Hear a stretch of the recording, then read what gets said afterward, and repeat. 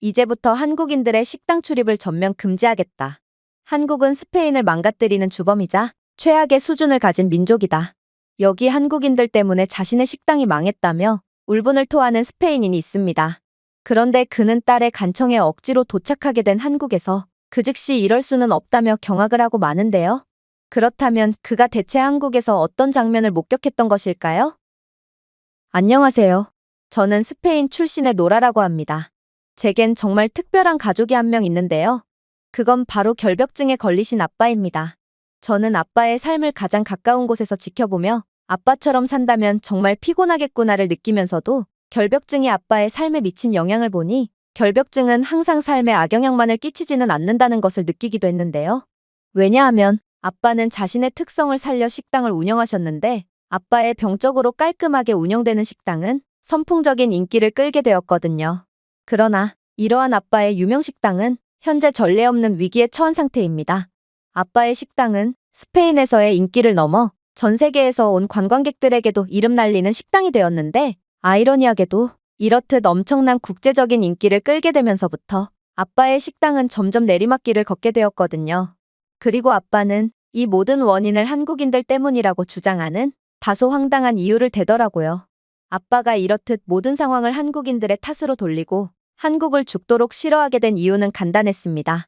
바로 아빠의 식당의 유명세가 아시아에까지 퍼졌는지 웬 동양인 손님들이 엄청나게 늘어나면서부터 아빠는 그동안 벌어왔던 돈을 전부 까먹게 되는 충격적인 상황에 직면하게 되었거든요. 그리고 아빠는 이 동양인들은 틀림없는 한국인이 맞다면서 한국 놈들이 스페인뿐만 아니라 자신의 식당도 완전히 망치고 있다며 분개하셨죠. 일단 아빠는 한국인 손님들은 멀쩡한 포크나 나이프, 숟가락이 구비되어 있음에도 자신들은 젓가락이 없으면 식사를 안 한다며 모든 음식을 손으로 집어먹었다고 했는데요.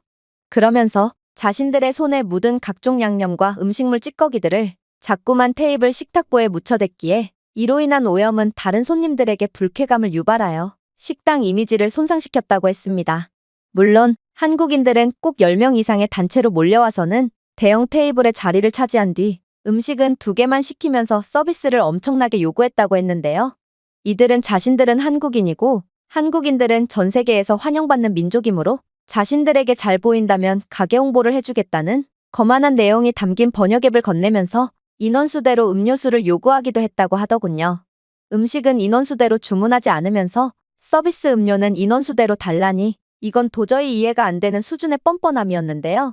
심지어 자신들이 주문한 음식값보다 서비스 음료의 값이 더 많이 들매도 한국인들은 자신들은 기꺼이 그러한 대우를 받아야 하는 사람들이라며 난동을 부렸다고 했습니다. 하지만 한국인들의 행동 중 가장 충격적이었던 점은 따로 있었어요. 이들이 다녀간 자리에는 각종 냅킨과 식기류, 그리고 가게 인테리어 소품들까지 전부 사라졌다는 거였고, 심지어 한국인 단체 손님들은 다른 손님들이 남기고 간 음식들까지 전부 집어먹는 추태를 보였기에 이를 본 손님들은 점점 아빠의 식당을 급이 떨어지는 저질 레스토랑으로 여기기 시작했다고 했거든요. 심지어 한국인들은 잠시 화장실을 간 손님의 스테이크와 와인을 전부 훔쳐먹는 도저히 이해가 안 가는 행동을 했고, 한국인들은 남의 음식을 훔쳐먹고도 다시 돌아온 손님에게 그러길래 왜 자리를 비워서 원인을 제공하냐며 뻔뻔한 태도로 나왔기에 이 때문에 벌어진 싸움으로 식당이 난장판이 되어버렸다고 했습니다.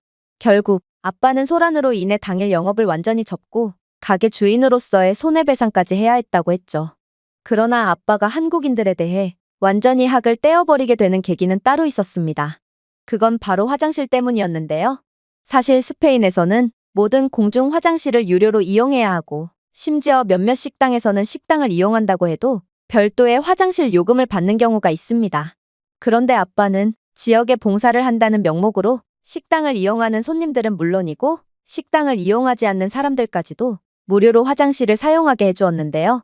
그런데 한국인 단체 관광객들은 이런 아빠의 호의를 완전히 물러봤는지 화장실을 초토화시켜버렸죠. 이들은 한국에서는 화장실 칸이 전부 뚫려 있고 화장실이 문으로 막혀 있으면 답답해서 볼일을 못 본다며 임의로 화장실 문짝을 뜯어버리고 볼일을 봤는데요. 결국 식재료 납품 계약을 하러 가신 아빠가 식당으로 다시 돌아올 때까지 한국인들은 식사를 하는 손님들과 눈을 마주치며 볼일을 받고 손님들은 기겁을 하며 먹던 음식까지 내팽개치고 자리를 떠났다고 했어요. 특히나 비위가 매우 약하셨던 아빠는 문짝을 뜯고 볼일을 보는 한국인과 눈을 마주치게 되었고 그 자리에서 구토를 하며 상당한 정신적인 충격을 받으셨다고 했습니다. 그리고 한국인들은 좌식 변기를 사용하는 법을 전혀 모르는지 하나같이 변기 위에 올라가서 쭈그리고 볼일을 받기에 변기 커버는 하루가 멀다 하고 전부 파손되어 버렸죠. 결국 아빠는 공중화장실 개방을 전면 철폐해야 했는데요.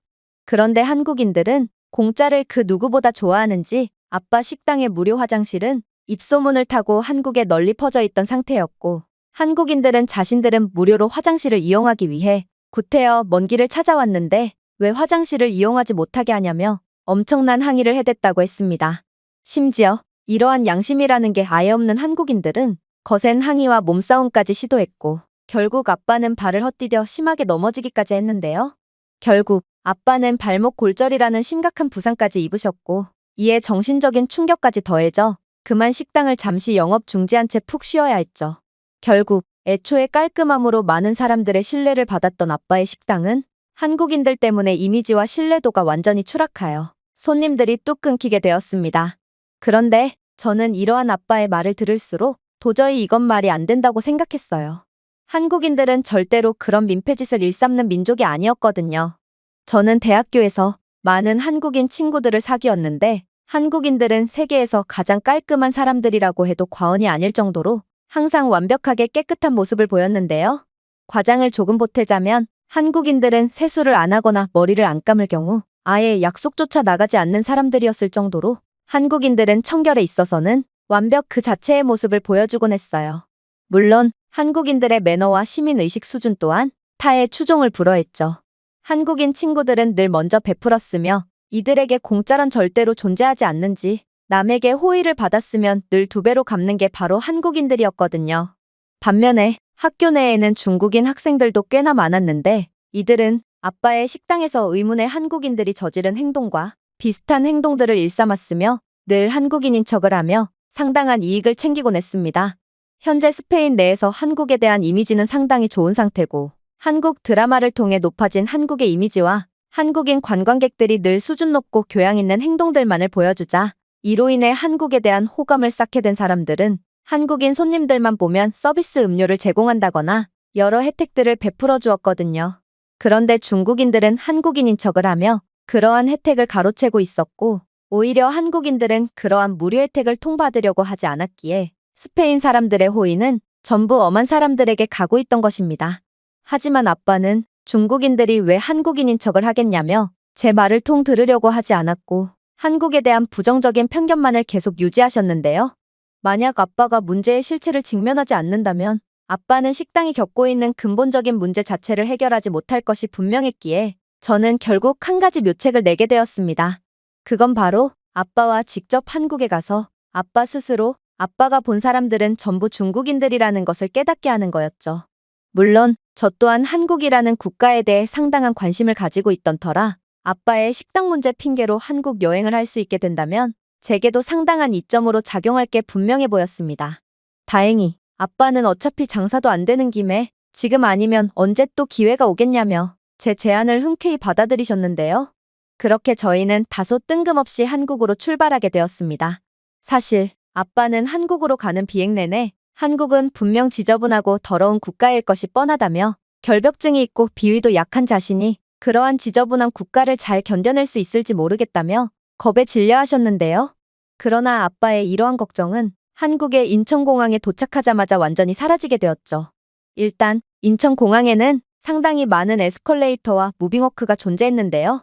아빠는 평소라면 이러한 에스컬레이터의 손잡이는 사람들이 하도 만져서 지저분하다며 아예 에스컬레이터 자체를 타지 않는 결벽증의 모습을 보였지만 현재 다리가 불편한 아빠의 상황에서는 이러한 무빙워크와 에스컬레이터를 이용할 수밖에 없었습니다.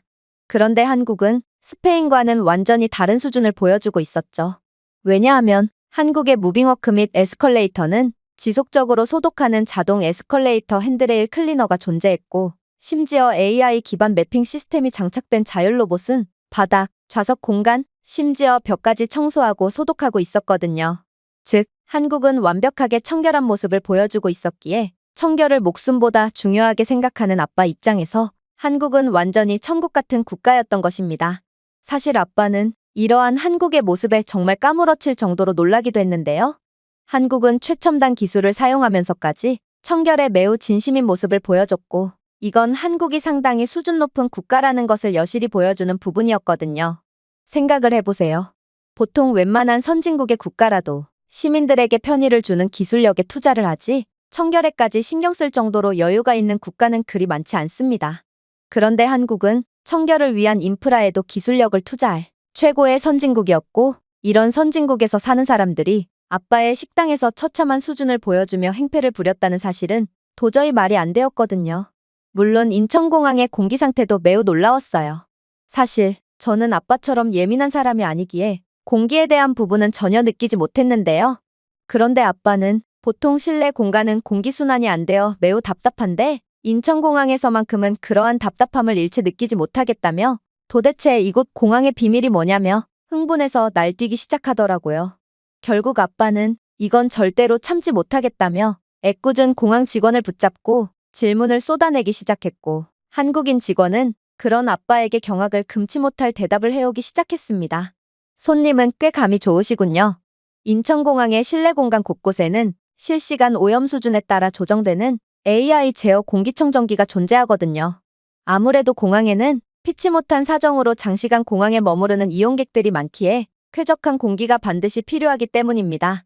이렇듯 인천공항이 AI 제어 공기정화 시스템을 갖추고 난 뒤 실내 공기질은 80% 이상 개선되어 공항 이용객들에게 더욱 쾌적한 장소를 제공할 수 있게 되었죠. 공항 청소 로봇은 또 어떻고요? 인천공항은 한국의 최첨단 AI 기술력이 본격적으로 상용화되기 전에 시범 운영이 되는 경우가 많은데, 따라서 이곳에서는 한국이 자체 기술력으로 개발한 무인 로봇 청소기도 찾아볼 수 있습니다. 현재 한국은 무인 로봇 청소 인프라를 구비해둔 상태로 실내와 실외 모두 이러한 무인 로봇으로 청결을 유지하고 있는데요. 자율 로봇은 AI 기반 매핑 시스템을 사용하여 어떤 영역도 지나치지 않고 청소를 하고 있으며, 이동을 하면서 바닥을 단순히 쓸고 닦는 수준을 넘어 쓰레기까지 인식한 뒤 주워 담는 기능이 탑재되어 있는 상태입니다. 아무래도 인천공항의 공기질이 좋다고 느끼신 건 인천공항은 건물 안팎으로 청결 및 공기 유지 인프라를 구현해둔 상황이기 때문인 것 같네요. 저는 공항 직원 말에 큰 충격을 받을 수밖에 없었습니다. 스페인은 이러한 기술을 구현해 두기는커녕 공항은 예산이 없다는 이유를 들며 청소 직원까지 계속해서 감축하고 있는 상태기에, 스페인 공항은 지저분함과 악취가 공존하는 쓰레기장을 방불케 하는 상태를 자랑하고 있을 뿐이거든요. 하지만 한국은 완벽함의 수준을 넘은 세계 최고의 모습을 어김없이 뽐내고 있던 것입니다. 그러나 아빠는 감탄을 연발하시면서도 약간의 의심스럽다는 눈빛을 보내셨어요. 아빠는 아무래도 한국의 인프라 수준이 너무 과한 것 같다며, 이 정도로 수준 높은 선진국이 있다는 건 말이 안 되므로 한국은 그저 외국인들에게 보여주기식으로 과시를 하기 위해 허세를 부리고 있는 것 같다며 회의적인 반응을 보내왔죠. 한국은 스페인과 너무나도 격차가 큰 모습을 보여주고 있었기에 아빠가 이러한 의심을 하는 것도 이상한 상황이 아닌 것처럼 보이기도 했습니다. 그렇게 저희는 계속해서 이동을 했고, 저는 화장실이 급해서 인천공항 화장실에 들어가게 되는데요. 그런데 저는 화장실에 입장함과 동시에 경악을 금치 못할 장면을 목격하게 되었습니다. 바로 한국은 도저히 말이 안 돼 보이는 화장실 인프라를 자랑하고 있었기 때문인데요. 공중화장실은 모션 센서 수도꼭지, 비누 디스펜서, 핸드 드라이어로 완전히 자동화되어 있어 신체 접촉 없이도 위생을 보장하고 있었거든요. 심지어 화장실 칸막이에는 사용 후 좌석과 수세식 손잡이를 살균하는 자동 청소 시스템이 구현되어 있었기에, 이건 세균에 대해 그 누구보다 민감한 아빠 입장에서 정말 천국 같은 인프라라고 볼 수 있었습니다. 스페인은 기술력이 부족하다는 한계 때문에 아빠는 상당한 결벽증을 앓고 계심에도 이러한 신체 접촉이 일절없이도 이용이 가능한 화장실을 구비해두지 못하고 계신데요. 그래서 아빠는 자신의 식당 화장실을 이용할 때면 사람들이 만지는 수도꼭지와 비누 디스펜서 대신 개인 비누와 물티슈를 가지고 다니며 손을 닦곤 하죠. 하지만 한국은 그런 스페인을 마치 원시국가로 만드는 듯한 충격적인 인프라를 자랑하고 있었고, 저는 이에 대한 큰 인상을 받았기에 화장실에서 나오자마자 아빠에게 이러한 사실을 전부 알려드리게 됩니다. 저는 한국의 화장실은 최첨단 기술력을 갖추고 있었을 뿐만 아니라 아빠가 말한 것처럼 변기칸에 문이 뚫려 있거나 변기 커버가 부서져 있는 경우도 없었다며 아빠의 식당에서 민폐짓을 일삼았던 건 중국인이 분명하다고 말했습니다. 그러나 아빠는 여전히 회의적인 반응을 보이실 뿐이었어요. 아빠는 손 안 대고 화장실을 이용할 수 있는 국가가 대체 어디에 있냐면서 이제 자신을 그만 좀 놀리라며 화장실 가는 것을 거부했거든요. 아무래도 아빠는 아직도 한국의 발끝만큼도 못 따라오는 수준 낮은 기술력을 가지고 있는 스페인에서 평생을 자라서 그런가 한국의 미래적인 기술력을 받아들이는 것조차 버거워하는 듯 보였는데요. 그러나 인천공항의 충격적인 면모는 그저 화장실에만 있지 않았고 결국 아빠는 인천공항을 나섬과 동시에 말도 안 되는 장면을 목격하고 이건 분명 꿈일 거라는 외마디 비명을 지르며 그 자리에 주저앉아 버리셨습니다. 왜냐하면 현재 인천공항의 건물 또한 청소 중이었는데 청소는 사람이 아닌 청소 드론이 직접 하고 있었거든요. 드론은 사람이 청소하기 어려운 바깥쪽 창문과 건물 외관을 완벽하게 세척하고 있었고 드론은 고압 워터젯과 친환경 세제를 사용하여 사람이 하기엔 너무나도 위험한 일을 대체하고 있었어요. 사실 부끄러운 이야기지만 스페인에서는 매우 유명한 건물이 아닌 이상 건물 외벽을 청소하는 일 따위는 없습니다. 왜냐하면 스페인은 한국처럼 드론으로 청소를 하는 기술력이 없기에 사람이 직접 청소를 해야 하는데 사람이 고층 건물에서 청소를 하는 것은 상당한 비용이 드는 일일 뿐더러 청소를 하다 떨어지는 사고를 당하는 일도 빈번하게 일어났기에 아예 건물을 닦지 않기로 한 지 오래거든요. 그러나 한국은 사람이 하기엔 위험한 일은 전부 최첨단 기술력으로 대체한 상태였고 결벽증이었던 아빠는 안 그래도 스페인의 건물은 너무나도 더럽다며 학을 떼고 있던 터라 한국의 놀라운 청소 모습에 더욱 감탄을 할 수밖에 없던 것입니다. 그렇게 아빠는 한국은 자신에게 딱 맞는 국가라며 만약 자신이 한국에서 살게 된다면 지저분한 스페인에서 받는 스트레스를 전혀 받지 않을 수 있을 것 같다며 한국을 연신 칭찬하셨습니다. 그러나 아빠는 한국이 놀라운 국가인 것은 맞지만 그래도 한국인들 개개인의 시민의식은 형편없을 게 분명하다며 여전히 한국인들이 자신의 레스토랑을 파괴했다고 믿었는데요. 결국 저는 아빠의 똥꼬집에 학을 떼버리며 그렇게 일정을 소화하기 위해 이동했어요. 저희는 드디어 서울에 도착했고 잠시 길거리를 걷게 되었는데요. 그런데 거리 한복판에는 웬 엘리베이터로 보이는 기계 하나가 떡하니 존재하고 있는 거 아니겠어요? 아니, 길거리 한복판에 엘리베이터가 있다니 이건 대체 어디로 향하는 엘리베이터란 말인가? 저는 호기심이 들어 엘리베이터를 한번 타보게 되었습니다. 그리고 엘리베이터가 도착한 장소에서 저와 아빠는 일동기겁을 할 수밖에 없었죠. 왜냐하면 이 엘리베이터는 바로 한국의 지하철과 연결되어 있는 엘리베이터였고 한국은 지하철의 에스컬레이터뿐만 아니라 노약자를 위한 엘리베이터까지 구비해두고 있던 거였거든요. 사실 아빠의 발목 상태는 아직도 좋지 않고 그래서 저희는 서울에서의 일정을 전부 택시를 타고 이동하려고 했는데요. 저는 한국의 지하철 시스템은 전 세계 최고고 한국에서는 택시를 타는 것보다 지하철을 타는 것이 더욱 빠를 정도로 매우 체계화된 노선을 갖춰놓았다는 것을 알고 있었지만 아무튼 몸이 편찮으신 아빠와 함께하는 여행이기에 택시 이용은 피할 수가 없을 거라고 생각했습니다. 아무래도 스페인을 떠올려 본다면 스페인 지하철은 엘리베이터 따위는 기대조차 할 수 없고 에스컬레이터 또한 그냥 구색만 갖춰놓았을 뿐 전력수급 불안정으로 인해 작동조차 안 되고 있는 게 현실이거든요. 즉, 스페인 지하철은 그저 계단만 있다고 보면 되고 이 말은 노약자는 지하철을 이용할 수 없다는 것을 뜻하죠. 하지만 한국은 다리가 불편하신 아빠도 엘리베이터를 통해 아무런 문제 없이 지하철을 이용할 수 있었습니다. 그런데 아빠는 속고만 살았는지 아니면 중국인들의 민폐짓에서 트라우마를 얻게 되었는지 분명 한국의 인프라에 감탄을 하면서도 여전히 회의적인 반응을 보이는 거 아니겠어요? 아빠는 이 정도로 호화로운 인프라가 전부 가동된다면 한국 지하철은 끔찍한 적자를 면치 못할 거라며 이게 정말 맞는 시스템인지는 모르겠다며 부정적인 반응을 보였거든요. 그도 그럴 것이 시설물이 적자를 본다면 결국 지속적으로 유지할 수 없기 때문입니다. 그런데 스페인에서는 전기 시스템 및 적자 문제로 결국 있는 에스컬레이터조차 운행을 중지했는데 한국은 어떻게 이토록 부유한 모습만을 보여줄 수가 있단 말인가요? 아빠는 이러한 상황을 도저히 받아들일 수가 없었는지 연신 표정을 찌푸리며 이 나라는 도대체가 이해할 수가 없는 것 투성이라며 한국의 모습에 고개를 젓더군요. 그러나 늘 그래왔듯 아빠의 호기심은 단 10분도 지나지 않아 완전히 해소되게 되었습니다. 왜냐하면 한국의 지하철에는 지하철표 발권과 각종 민원 처리까지 도와주는 디지털 키오스크가 존재했고 아빠는 한국이라면 분명 이 키오스크를 허투루 만들지 않았을 거라며 기어이 상담 메뉴를 찾아냈고, 도대체 한국 지하철은 무조건 적자일 수밖에 없는 이러한 시스템을 어떻게 유지할 수 있는 거냐고 물어봤거든요. 그러자 다국어 번역 서비스를 지원하는 키오스크는 한국의 지하철 이용료는 최고의 청결과 인프라 수준, 기술력 등을 전부 고려한다면 분명 턱없이 저렴한 것이 맞다고 인정하면서도 한국은 지하철을 계속해서 업그레이드하며 계속해서 첨단화를 달성했기에 기술력을 통해 이러한 적자를 견딜 수 있는 거라고 하더라고요.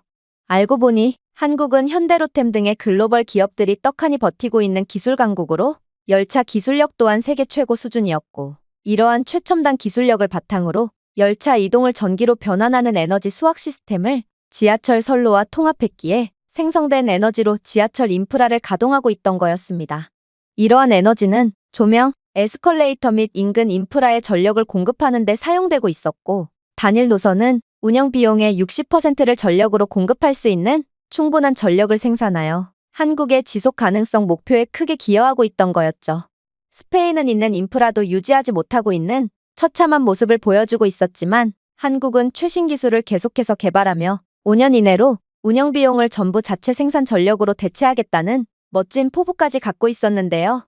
결국 저는 이러한 한국의 말도 안 되는 모습에 혀를 내두를 수밖에 없었고, 아빠에게 한국은 기술력 하나로 약자를 배려하는 인프라를 완벽하게 유지하고 있다고 말하며, 도대체 이런 수준 높은 나라에서 사는 사람들이 아빠의 가게에서 폐악질을 하는 게 말이나 되냐며 따지고 들었습니다. 심지어 다리를 절뚝거리는 아빠는 지하철에 탑승하자마자 한국인들의 자리 양보 배려를 받았을 뿐만 아니라 한국 지하철에는 노약자에 대한 다양한 배려석 또한 존재하고 있었기에 아빠는 한국의 이러한 약자를 끝까지 생각하는 교양 높은 모습에 매우 당황하는 반응을 보일 뿐이었어요.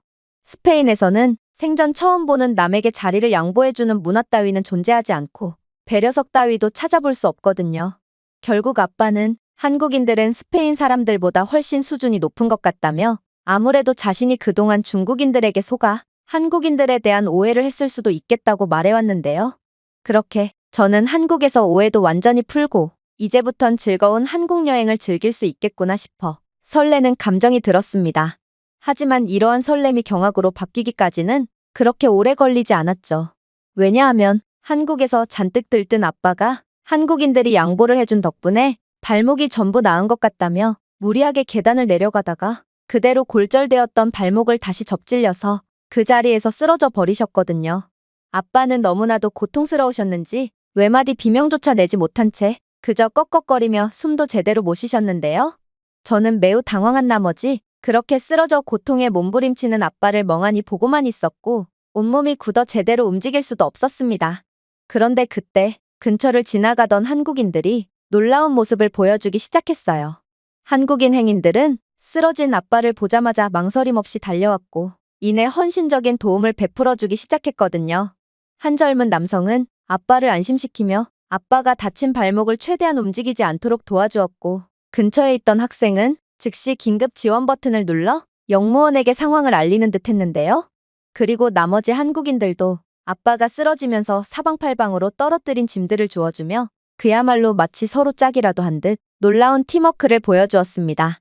이러한 한국인들의 하나 같은 빠른 대응 덕분에 구조대원으로 보이는 한국인 2명이 곧바로 아빠에게 도착할 수 있었고, 아빠는 쓰러진 지 5분도 지나지 않아 병원으로 향하게 되는 기적을 겪을 수 있었죠.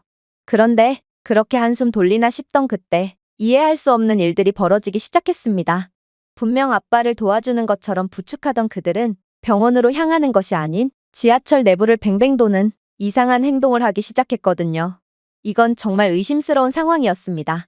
분명 병원으로 향하기 위해서는 일단 지하철 밖으로 나가는 게 급선무였지만 의문의 남성 2명은 지하철 밖으로 나갈 생각 자체를 안 하는 듯 보였거든요. 결국 저는 이들이 계속해서 지하철 으슥한 곳으로 향하는 것을 보고 이 남성들은 구조대원이 아니며 이들은 아빠를 납치하는 것이 아니면 이러한 위급한 상황을 노려 아빠가 병원을 갈 수 없도록 하고 돈을 지불해야만 비로소 아빠를 놔주는 파렴치한 행위를 하는 걸 수도 있겠다고 생각했어요. 사실 스페인에서는 이런 파렴치한 행위를 전문적으로 하며 돈을 버는 직업까지 존재하는 상황인데요. 유동인구가 많은 곳에서 대기하다가 조금이라도 접질리거나 병원이 필요 없을 정도로 경미한 부상을 당한 사람을 보더라도 그저 막무가내로 제휴된 병원으로 끌고 간 뒤 병원의 커미션 수수료를 받고 병원이 필요하지도 않은 사람을 억지로 끌고 가고도 피해자에게 수고비 명목으로 돈을 갈취하는 거죠. 만일 이들에게 돈을 주지 않을 경우 이들은 움직일 수도 없는 부상자를 그저 다른 사람의 도움을 받을 수 없는 구석에 데리고 가서 버려두기에 저는 지금 아빠를 부축하는 남자들도 딱 그러한 역할을 하고 있는 거라고 생각했습니다.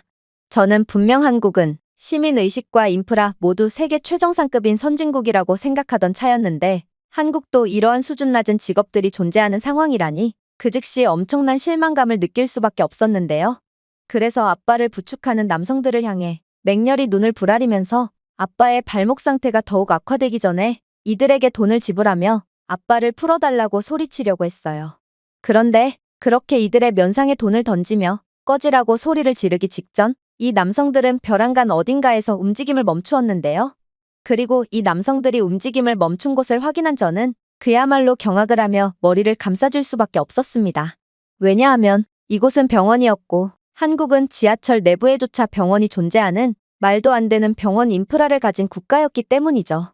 그러면서 아빠를 부축해준 두 명의 남성은 아빠가 간호사의 손에 정상적으로 인도되는 것을 확인한 후 그저 감사 인사도 받지 않은 채 떠나버렸는데요. 저는 호의를 베풀고도 그저 당연한 일을 했다는 듯 떠나버리는 한국인들의 놀라운 수준에 감탄을 하면서도 이런 사람들을 오해하고 눈을 부라린 제 자신이 너무나도 한심해져서 그저 눈을 꽉 감을 뿐이었습니다. 그렇게 아빠는 이곳 지하철 병원에서 전문적인 치료를 받을 수 있었어요. 이곳은 분명 지하철 내부에 있기에 별다른 치료를 받을 수 없을 거라고 생각했지만 한국의 지하철 병원은 작긴 해도 있을 건 다 있는 병원이었는데요. 덕분에 아빠는 신속하게 전문적인 엑스레이 및 CT 촬영을 받을 수 있었고 결국 추가적인 골절은 없지만 발목 근육이 놀랐으니 당분간 절대 안정을 취하라는 전문적인 소견과 함께 스페인 병원에서 받았던 허접한 보호대 대신 더욱 전문적인 발목 보호대를 받을 수 있었습니다. 쓰러진 지 10분 만에 병원에 도착해서 그 즉시 병원 치료까지 마칠 수 있다니 한국은 그야말로 완벽한 선진국이 분명했고 아빠는 자신에게 일어난 상황이 아직도 이해가 안 되는 듯 그저 벙쪄 있을 뿐이었죠. 심지어 아빠가 쓰러진 이후 분명 한국인들은 아빠의 짐을 전부 주어줬지만 부축받는 중에 지갑을 떨어뜨리게 되었는지 지갑만큼은 도저히 찾을 수가 없었는데요. 그런데 영무실의 직원은 직접 병원으로 찾아와서 아빠의 분실물로 추정되는 물건이 보관되어 있으니 분실물 보관소에 한번 들러보라고 하는 거 아니겠어요? 그리고 그렇게 도착한 분실물 보관소에서 아빠의 지갑은 단 한 푼의 현금도 잃어버리지 않은 채 보관되고 있는 것을 확인하게 되었습니다. 스페인에서는 잃어버린 지갑, 특히 현금이 아직 들어있는 상태에서 지갑을 회수할 가능성은 0%라고 보면 되는데요. 왜냐하면 1%의 확률로 지나가던 시민이 지갑을 줍더라도 그것을 회수한 경찰이 현금을 꿀꺽 먹을 것이 분명하거든요. 그리고 저는 아무리 한국이라도 현금만큼은 절대로 찾을 수 없을 거라고 생각했지만 역시나 한국은 몹시도 특별한 국가였던 것입니다. 아빠 또한 한국 시스템의 효율성뿐만 아니라 사람들의 변함없는 정직함과 친절함에 압도당했고 스페인에서는 이것이 기적이지만 한국에서는 그저 일상생활일 뿐이라며 혀를 내두르셨는데요. 결국 한국에서 계속해서 어느 정도의 회의적인 태도를 보이던 아빠는 이젠 한국을 완전히 인정하고 엄지를 치켜올리게 되었습니다. 그리고 한국인들이 왜 스페인이라는 낯선 국가에서도 늘 좋은 대우만을 받는 것인지 그 이유를 납득할 수 있을 것 같다며 박수를 보냈죠. 아빠는 한국인들의 수준 높은 모습을 본다면 이들은 언제 어디서든 대우를 받을 수밖에 없겠다며 혀를 내둘렀거든요. 그리고 한국인들처럼 수준 높은 사람들이 자신의 식당에서 폐악질을 했다는 것도 전혀 말이 안 된다며 제 말에 드디어 동의를 했는데요. 그러면서 아빠는 이제 한국인들의 특징을 찾았다며 그냥 상식 밖의 행동을 하는 사람들은 전부 한국인들이 아니므로 그냥 단호히 쫓아내겠다는 입장을 취하기로 결심했습니다. 실제로 아빠가 그러한 단호한 태도를 보이자 중국인들은 처음에나 아빠의 식당에 대소변을 싸놓고 도망간다든지 하는 터무니없는 보복을 했지만 결국 시간이 지나니 중국 내에 아빠의 단호한 대응이 퍼졌는지 아빠의 식당을 찾는 중국인들의 발걸음이 뚝 끊겨버렸는데요. 결국 중국인들의 발걸음이 끊긴 아빠의 식당은 다시금 이전의 전성기를 되찾아가는 중이고 아빠는 이건 전부 한국 덕분이라며 자신의 한국행은 어쩌면 자신의 운명까지 바꾼 것 같다며 극찬의 반응을 보이셨어요. 그러면서 아빠는 아직도 한국의 놀랍도록 깨끗한 모습과 편의성을 극대화한 최첨단 인프라가 눈에 밟힌다며 언젠가는 이곳 식당을 한국으로 이전하겠다며 진지한 말씀을 건네오셨는데요. 저 또한 한국이라는 나라가 매우 마음에 들던 차였기에 아빠가 하루빨리 한국으로 식당을 옮기기를 바라며 하루하루를 보내고 있답니다. 제가 준비해온 내용은 여기까지입니다. 끝까지 시청해주셔서 진심으로 감사드리며 여러분들의 구독과 좋아요, 알림 설정은 영상 제작에 큰 힘이 됩니다. 이상 세모튜브였습니다. 지금 제정신이에요? 후진국 한국에서 배울 건 단 하나도 없다고요. 여기 강제로 한국으로 파견을 가게 되었다던 프랑스 시설 공무원이 있습니다. 그는 한국에 가서 여러 선진적인 인프라를 배워오라는 프랑스 정부의 지시를 받고 프랑스가 대체 한국에 무슨 배울 점이 있냐며 황당하다는 반응을 보이면서 얼굴을 붉히고 있는데요. 그러나 그렇게나 한국을 무시하던 그는 억지로 오게 된 한국에서 3초 만에 할 말을 잃고 주저앉아 버렸다고 합니다. 그렇다면 그가 한국에서 대체 어떤 장면을 목격했던 것일까요? 안녕하세요. 저는 프랑스 출신의 앙투안이라고 합니다. 저는 현재 프랑스에서 시설 공무원으로 일하고 있는데요. 그런데 저는 그저 평범하고 무탈한 인생을 원했음에도 운명은 역시 제가 원하는 대로만 움직여주지는 않더라고요. 저는 인프라를 담당하는 꽤나 바쁜 부서로 발령받게 되었고 이번에는 한국으로의 파견까지 가게 되는 좋지 않은 상황에 처하게 되었거든요. 프랑스 정부는 현재 프랑스의 열악한 인프라 수준은 거의 재난 수준이라며 프랑스는 거대한 경제력을 가진 국가답지 않게 인프라만 보면 거의 중진국 수준과 다름없으니 현재 인프라 면에서 세계 최고 수준을 자랑한다는 한국에 가서 여러 최첨단 인프라를 배워오라는 충격적인 지시를 하달해 왔더라고요. 이건 정말 말도 안 되는 소리였습니다. 물론 저도 프랑스의 인프라 문제가 매우 심각한 상태라는 것은 인지하고 있는 상태입니다. 그리고 사실 이건 프랑스만의 문제라고 할 수도 없죠. 프랑스뿐만 아니라 유럽 전역은 수십 년 전에 지어진 인프라를 그대로 사용하고 있는 경우가 대부분이고 이는 미국 같은 국가도 마찬가지입니다. 그런데 이러한 프랑스 정부의 문제의식은 공감하겠으나 도대체 한국으로 가서 해결책을 배워오라니 이게 대체 말이나 되는 소리라는 말인가요? 한국은 그저 후진국에 불과한 국가로 얼마 전까지만 해도 프랑스는 한국의 기차 개발을 도와줬을 정도로 한국은 기술력도 형편없는 국가입니다. 그런데 도대체 그런 형편없는 국가에서 도대체 뭘 배워오라는 것인가요? 하지만 그러한 제 불평에 함께 파견을 가게 된 가브리엘은 오히려 저를 나무라는 충격적인 반응을 보일 뿐이더라고요. 앙투안, 내 사고는 도대체 몇십 년 전에 멈춰 있는 거야? 프랑스가 한국의 기차 개발을 도와준 건 사실이지만 그건 수십 년이나 지난 이야기고 그 이후 한국은 자체 기술 혁신을 거듭하며 프랑스의 기차 기술력을 뛰어넘은 지 오래야. 실제로 한국은 최근 모로코의 기차 수주 경쟁에서 프랑스를 압도했고 결국 20억 달러 이상의 가치를 지닌 이 계약을 따내버렸지. 물론 내 말대로 프랑스는 수십 년 동안 떼제베와 같은 상징적인 프로젝트를 자랑하며 전 세계 철도 시장을 지배해왔어. 그리고 이번에도 당연히 프랑스 관계자들은 모로코와의 오랜 관계와 고품질 철도 시스템에 대한 명성이 거래를 쉽게 성사시킬 것이라고 확신했지. 그러나 그들은 한국의 최첨단 기술, 비할 데 없는 효율성, 그리고 거부할 수 없는 매력을 결합한 혁신적인 비전을 간과하고 있었어. 그저 프랑스가 수십 년 전에 한국의 기술을 이전해줬으니 한국은 아직도 수준 낮은 기차 기술력을 가지고 있을 거라 오판했던 거야. 하지만 한국의 현대로템이 만든 기차는 프랑스의 알스톰사보다 30% 적은 에너지를 사용하면서 400km 이상의 속도를 낼 수 있는 차세대 기술력을 가지고 있었지.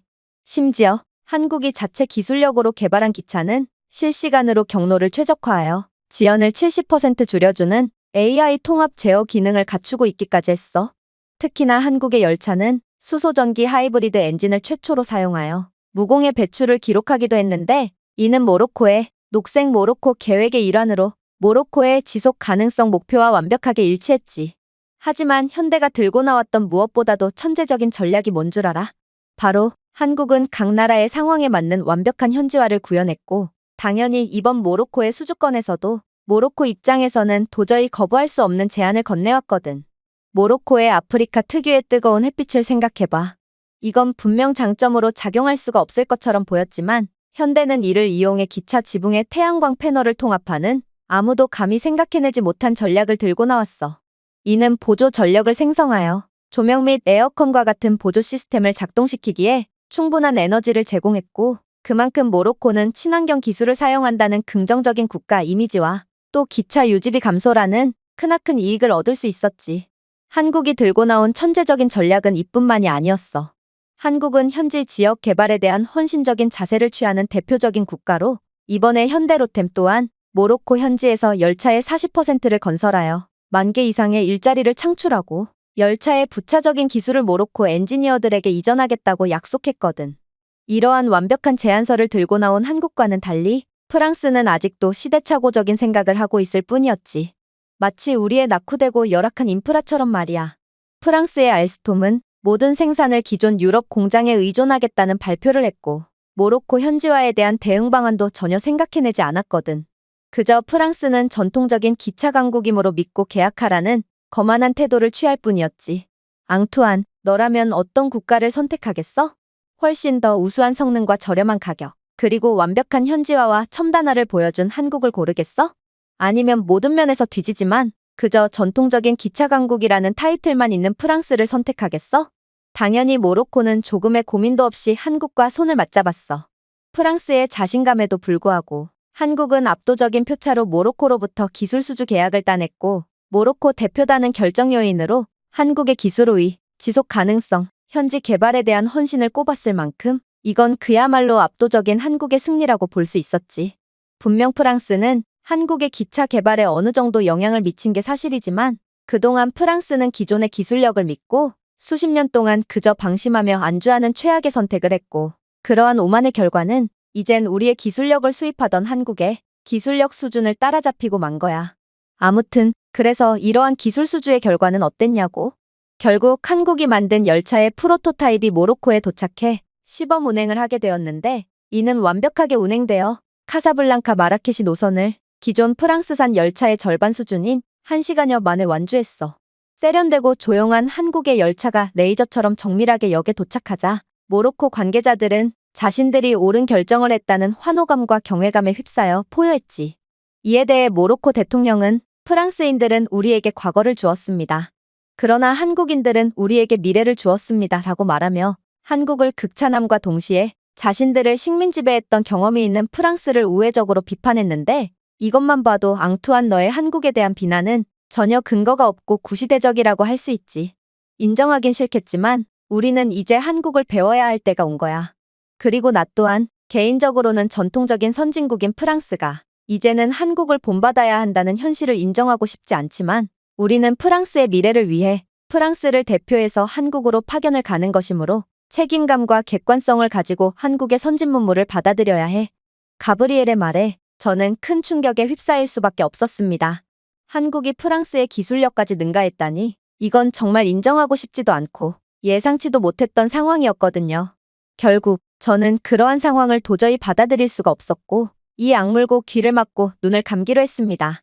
프랑스가 한국 따위에게 따라잡히다니. 아무래도 가브리엘은 전날에 술을 너무 많이 마셨거나 피곤해서 제정신이 아닌 상태가 확실했죠. 그렇게 저희의 좌충우돌 한국행은 시작되었습니다. 저는 워낙 파견이라는 행위 자체가 귀찮기도 했고 그 와중에 파견지가 한국이라는 사실에 더욱 화가 났으며 동료인 가브리엘에게 잔소리까지 들으니 우라가 치밀어 오르는 수준에 이르렀는데요. 결국 저는 최악의 컨디션으로 한국에 도착했고 저희는 택시를 타고 이번 파견지였던 서울로 이동하기로 했습니다. 그리고 워낙 한국은 뻔하고 그저 시간 낭비만 될 거라고 생각했던 저는 택시 너머로 펼쳐지는 한국의 도시 풍경을 샅샅이 분석하는 가브리엘과는 달리 그저 택시에 탑승하자마자 잠을 청할 뿐이었는데요.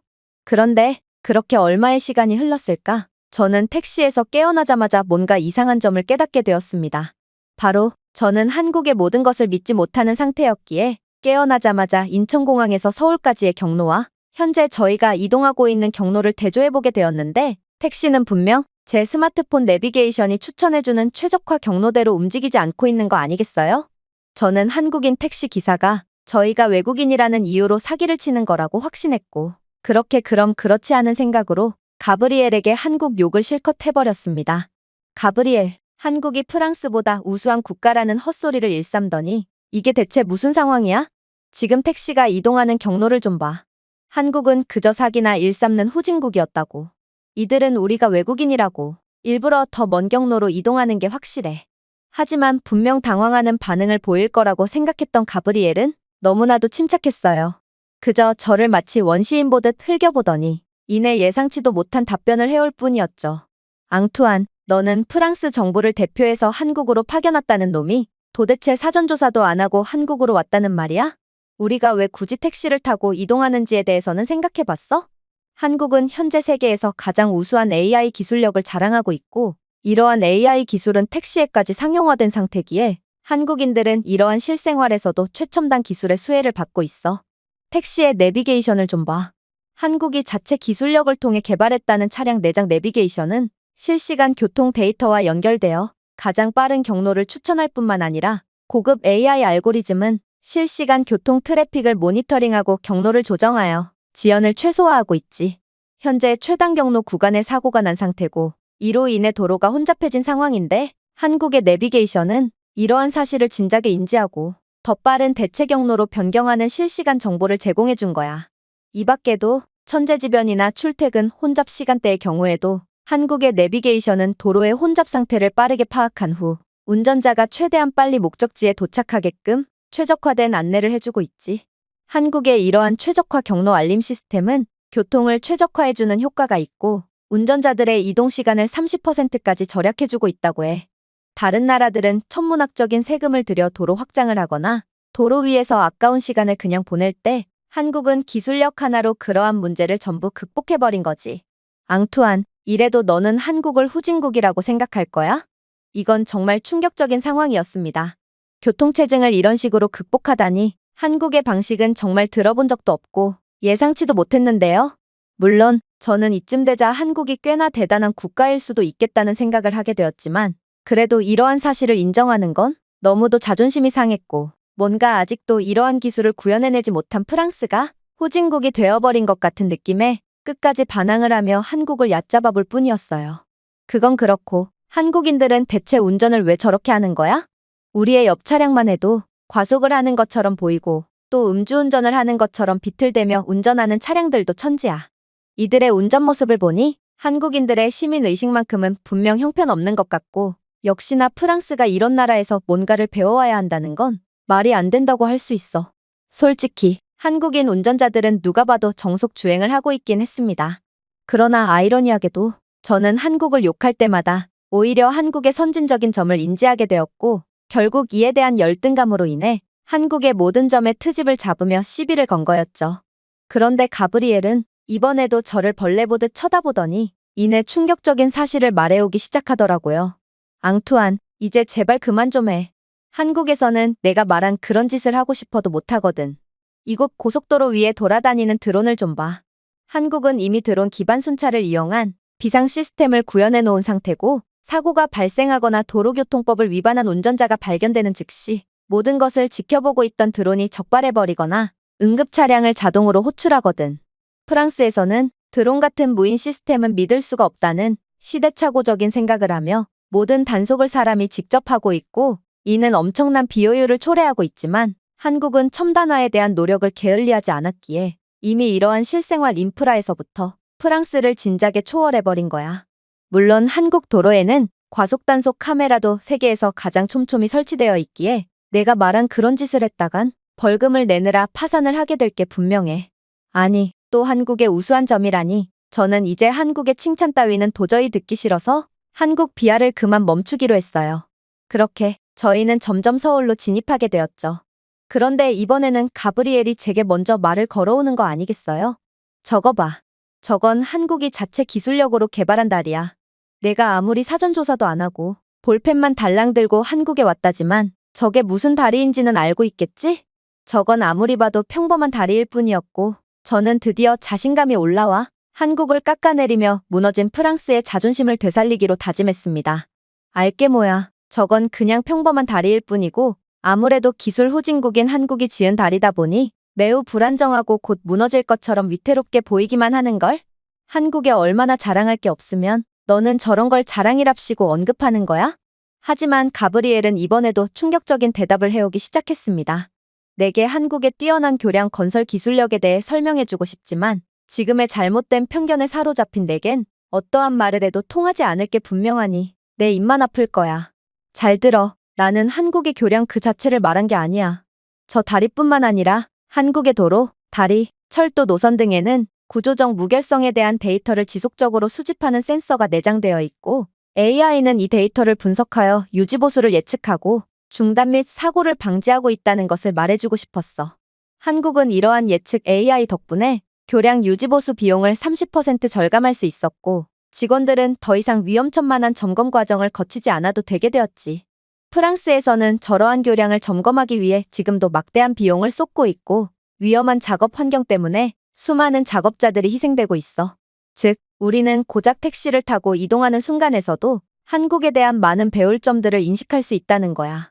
그리고 우리가 한국처럼 하지 않고 첨단화에 계속해서 뒤처진다면 얼마 안가 프랑스는 한국과의 기술 수주 경쟁에서 밀리는 상황을 넘어 아예 한국의 기술력을 수입해오는 처참한 상황에까지 직면하게 될 게 분명해. 가브리엘의 주장은 제게 정말 섬뜩할 정도로 크게 다가왔습니다. 도대체 한국은 그 짧은 시간 사이에 얼마나 발전한 것이며 얼마나 말도 안 되는 기술력을 구현해낸 거라는 말인가? 보통 국가 간의 기술력 격차는 시간이 지남에 따라 차이가 극심하게 벌어지는 게 정상이지만 어떻게 한국만은 그러한 기술력 차이를 단숨에 역전시키고 세상 모르고 독주할 수가 있단 말인지 저는 도대체 한국의 정체는 뭔가 싶어 머리를 감싸줄 뿐이었습니다. 그렇게 저희는 서울의 중심부를 통과하며 목적지에 거의 근접해 갔습니다. 그런데 저는 창밖에 비친 서울의 모습을 구경하던 중 한국의 도시 설계가 완전히 잘못되었다는 것을 인지하게 되는데요. 왜냐하면 한국의 아파트 단지들은 도시의 고속도로와 딱 붙어 있는 경우가 많았고 이런 식으로 도시를 설계한다면 아파트 거주자들은 고속도로의 엄청난 소음에 대한 크나큰 피해와 스트레스를 받을 수밖에 없거든요. 그래서 저는 이것 보라며 이건 도시 설계의 기본조차 지키지 않은 수준 낮은 모습이라며 목에 핏대를 세우고 주장을 이어나가기 시작했는데요. 이런 식으로 고속도로 바로 옆에 주거지 촌을 구성하는 경우는 없고 이건 한국의 도시 설계 수준이 아직도 형편없다는 것을 증명한다고 주장했습니다. 그러나 이번에는 정말로 제 논리가 빈틈이 없다고 생각한 것과는 달리 가브리엘은 이번에도 충격적인 반박을 해오기 시작하더군요. 앙투안, 내 말은 분명 맞는 말이야. 하지만 한국은 그러한 원칙을 뛰어넘는 기술력을 갖고 있다는 것을 잊으면 안 돼. 일단 한국의 도시 고속도로는 내구성을 높이고 소음 공해를 줄이기 위해 첨단 소재와 기술을 사용했는데 도로는 소리를 흡수하는 재료로 만들어져 교통 혼잡으로 인한 소음을 최소화하고 있거든. 또한 한국에는 교통소음을 줄이는 성능 좋은 방음벽이 구비되어 있을 뿐만 아니라 애초에 한국인들은 매우 부유한 사람들이기에 엄청난 소음을 유발하는 구식 차량을 거의 이용하지 않고 있지. 이렇듯 한국은 도로에서 오는 소음을 최소화할 능력을 갖추고 있기에 프랑스와 같은 인프라 후진국에서나 통용되는 원칙을 지키지 않아도 되는 거야. 특히나 한국은 산악국가라는 자신의 지형을 아주 잘 이용해서 도시를 계획하기도 했는데 고속도로 사방에는 각종 나무와 식물들이 무성한 산지가 형성되어 있는 경우가 많고 그 외에도 고속도로 측면에 정원등을 조성해 놓았기에 이는 대기오염을 줄이고 미적으로 쾌적한 도시 환경을 만들고 있거든. 이번에는 내 주장이 반은 맞았다고 인정해 줄게. 만약 한국보다 한참은 수준이 낮은 인프라를 가지고 있는 프랑스였다면 한국처럼 고속도로 바로 옆에 주거촌을 형성할 경우 엄청난 소음과 오염으로 인해 그 즉시 초토화가 될 것이 분명하거든. 가브리엘의 말에 저는 꿀먹은 벙어리가 되어 그 즉시 입을 다물 수밖에 없었습니다. 한국은 그야말로 단점이라는 게 전혀 없는 완벽한 도시를 갖추고 있는 국가였거든요. 즉, 제가 아무리 프랑스 출신이라고 하더라도 저는 한국의 인프라를 보고 배우는 게 당연한 거였고 또 제가 아무리 한국을 인정하고 싶지 않다고 해도 한국은 전 세계적으로 인정받는 국가고 또 자신들의 우월함을 이미 증명한 국가이므로 인정을 안 하려야 안 할 수가 없다는 거였습니다. 그렇게 저는 그저 벙찐 표정으로 한국의 완벽한 최첨단의 도시 모습을 뚫어져라 쳐다보기만 했고 이제는 억지로라도 도저히 한국의 단점들을 찾아낼 수 없게 된 지금 저는 그저 프랑스와는 수준 자체가 다른 모습을 자랑하고 있는 한국에 감탄만을 할 뿐이었죠. 그러나 가브리엘은 여전히 멈추지 않았습니다. 가브리엘은 한국의 웬 자전거 대여 시설과 자전거 도로를 가리키며 이것이야말로 프랑스가 반드시 한국을 배워야 할 점이라며 신나서 떠들기 시작했거든요. 앙투안, 저거 봐. 한국은 자가용으로 인한 도로 혼잡을 줄이기 위해 자전거 인프라에 큰 투자를 하기 시작했어. 그리고 한국의 이러한 투자는 정말로 효과를 발휘하고 있지. 일단 저건 자전거 전용 도로야. 한국은 자전거 도로를 구비해둠으로써 출퇴근 및 이동을 자가용이 아닌 자전거로 하도록 장려하고 있으며 미끄럼 방지 표면을 구비해둔 한국의 자전거 도로와 곳곳에 있는 전기 자전거 충전소는 한국인들의 자전거 이용률을 점점 높이고 있지. 물론 따릉이라고 불리는 공유 자전거 서비스는 또 어떻고? 이 따릉이 대여소는 유동인구가 많거나 한국의 주거지역 근처에서도 어김없이 찾아볼 수 있고 대여 과정 또한 매우 간편하기에 그야말로 따릉이는 모든 한국 시민들의 발이 되어주고 있어. 한국의 이러한 수준급의 인프라는 결국 도로교통 혼잡을 줄이는데 혁혁한 공을 세워주었고 프랑스는 이러한 한국의 천재적인 아이디어를 본받아야 한다는 거야. 저는 이제는 한국의 편으로 완전히 돌아서게 되었고 더 이상 한국의 기술력과 천재적인 발상을 부정하고 싶지 않았는데요. 그러나 한국의 우수한 점은 분명 인정하겠으나 이러한 따릉이 시스템을 프랑스에 도입한다는 건 도저히 말이 안 된다고 생각했기에 저는 가브리엘에게 처음으로 반박을 하기 시작했습니다. 그래, 한국이 우수하다는 점은 인정할게. 그런데 과연 프랑스가 한국의 따릉이 시스템을 도입하고도 온전히 유지할 수 있을까? 내 생각에 프랑스인들은 일주일도 지나지 않아 모든 공유 자전거를 훔쳐갈 것 같은데? 프랑스에서는 멀쩡한 차량도 전부 훔쳐가는 범죄가 하루가 멀다 하고 발생하고 있는데 도대체 어떻게 공유 자전거 시스템을 운영할 수가 있다는 거야? 만약 프랑스가 한국의 공유 자전거를 따라한다면 그저 훔친 자전거를 매입하는 고물상만 신날 것이고 아니면 고물상이 주도적으로 공유 자전거를 훔쳐서 분해해버릴 게 분명해. 제 주장에 가브리엘은 할 말을 잃은 채 고개를 끄덕일 뿐이었고 이건 아무래도 프랑스의 처참한 사회적 분위기와 시민의식 수준을 여실히 보여주었기에 저와 가브리엘은 그저 고개를 떨군 채 침묵만을 이어갈 뿐이었어요. 그렇게 저희는 숙소에 도착했습니다. 그런데 그렇게 결제를 하고 택시에서 내리려던 그때 한국인 택시기사가 영어를 구사하며 충격적인 이야기를 해오는 거 아니겠어요? 손님, 아무래도 오해가 있으신 것 같아서 한 말씀 드리겠습니다. 한국은 손님이 생각하는 것만큼 그렇게 못 사는 국가가 아닙니다. 물론 제가 젊었을 때는 분명 한국은 세계적으로 인지도가 높은 국가는 아니었죠. 그러나 저를 비롯한 한국인들은 항상 최선을 다해 일했고 결국 이 나라를 그 어떤 나라에도 뒤지지 않는 선진국으로 발전시켰습니다. 그리고 저희는 이렇듯 선진국으로 재탄생한 한국의 크나큰 자부심을 느끼고 있는 중이죠. 손님의 조국인 프랑스가 손님에게 자랑스러운 국가인 만큼 한국인들에게 한국이라는 국가도 매우 자랑스러운 존재라는 사실을 꼭 염두에 두셨으면 합니다. 한국인 택시기사의 말에 저는 정말 기절을 할 정도로 깜짝 놀라고 말았습니다. 이 택시기사는 지금껏 제가 한국에 했던 무례한 언행들을 전부 다 듣고 있던 거였거든요. 도대체 이 택시기사는 어떻게 제가 구사한 불어를 전부 알아들었단 말인가? 아니 그보다도 어떻게 이 택시기사는 꽤나 나이가 있어 보였음에도 불어와 영어를 둘 다 구사할 수가 있는지 이건 정말 말이 안 됐습니다. 그래서 저는 당황해서 말도 제대로 안 나오는 상태로 떨리는 입술을 가까스로 진정시키고 도대체 어떻게 그런 유창한 불어 실력을 가지게 된 거냐고 물어봤는데요.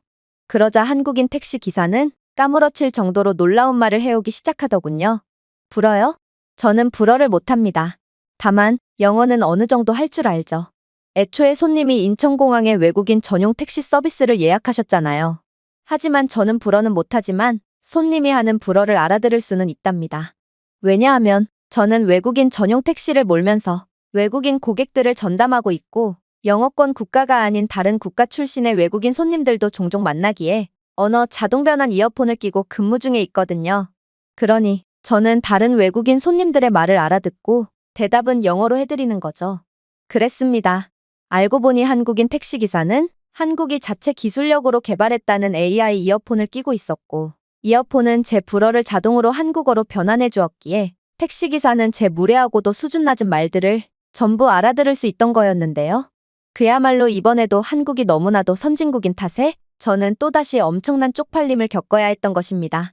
저는 다급히 그건 본심이 아니었으며 그저 자존심이 상해서 마음에도 없는 말로 자기 위안을 한 거라고 변명 아닌 변명을 하려 했으나 가브리엘은 그런 제게 기회조차 주지 않은 채 그저 택시기사에게 무례에 대해 사과드린다며 추가적인 팁을 주며 사죄한 채 그 자리를 벗어나 버렸는데요. 물론 한국인 택시기사는 그러한 팁을 한사코 거절했고 그렇게 저는 사과와 변명의 타이밍조차 놓친 채 가브리엘에 의해 끌려갈 뿐이었어요.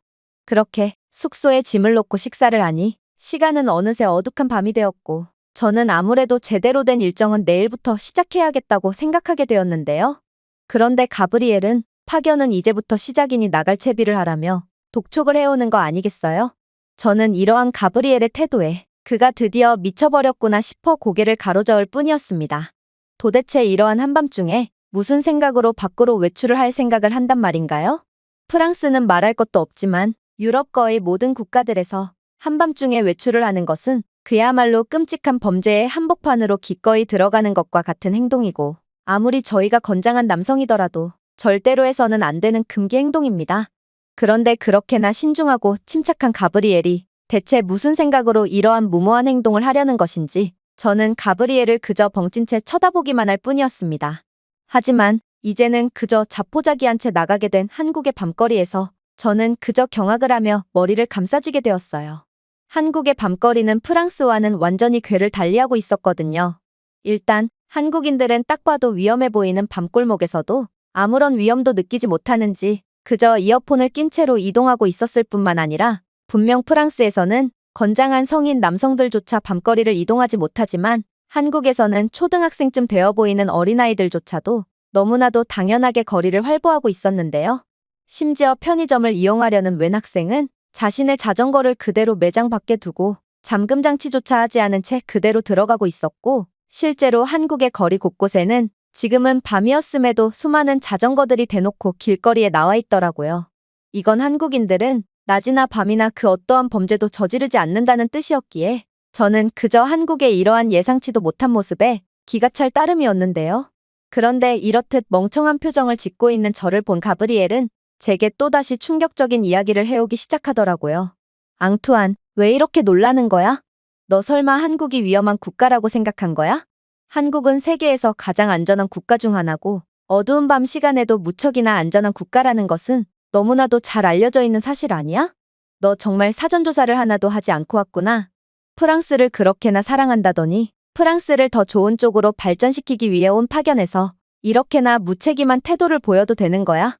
뭐, 일단 너는 아무것도 모르는 것 같아서 설명을 좀 해줄게. 한국은 내가 생각하는 그런 일 따위는 절대로 일어나지 않는 국가야. 그 이유는 한국인들의 시민의식이 높은 이유도 있지만, 기본적으로 한국에는 일말의 범죄의 가능성도 배제하는 수준 높은 인프라가 즐비해 있거든.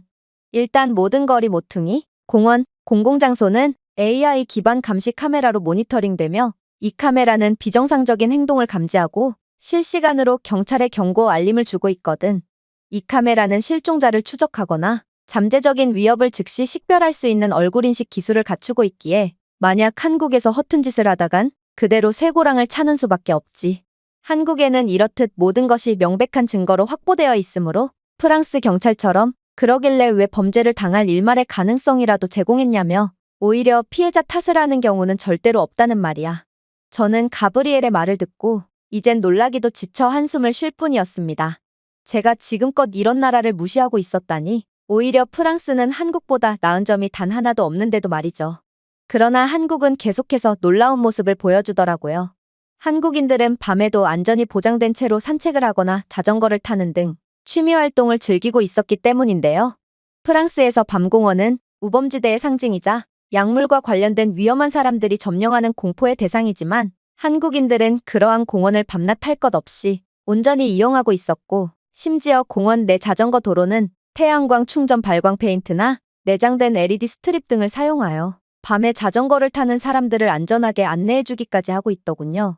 가로등도 제대로 없는 프랑스에서는 안전은 둘째치고 아예 앞이 안 보여서 도저히 자전거를 탈 수가 없는 처참한 모습을 보여주고 있는데요.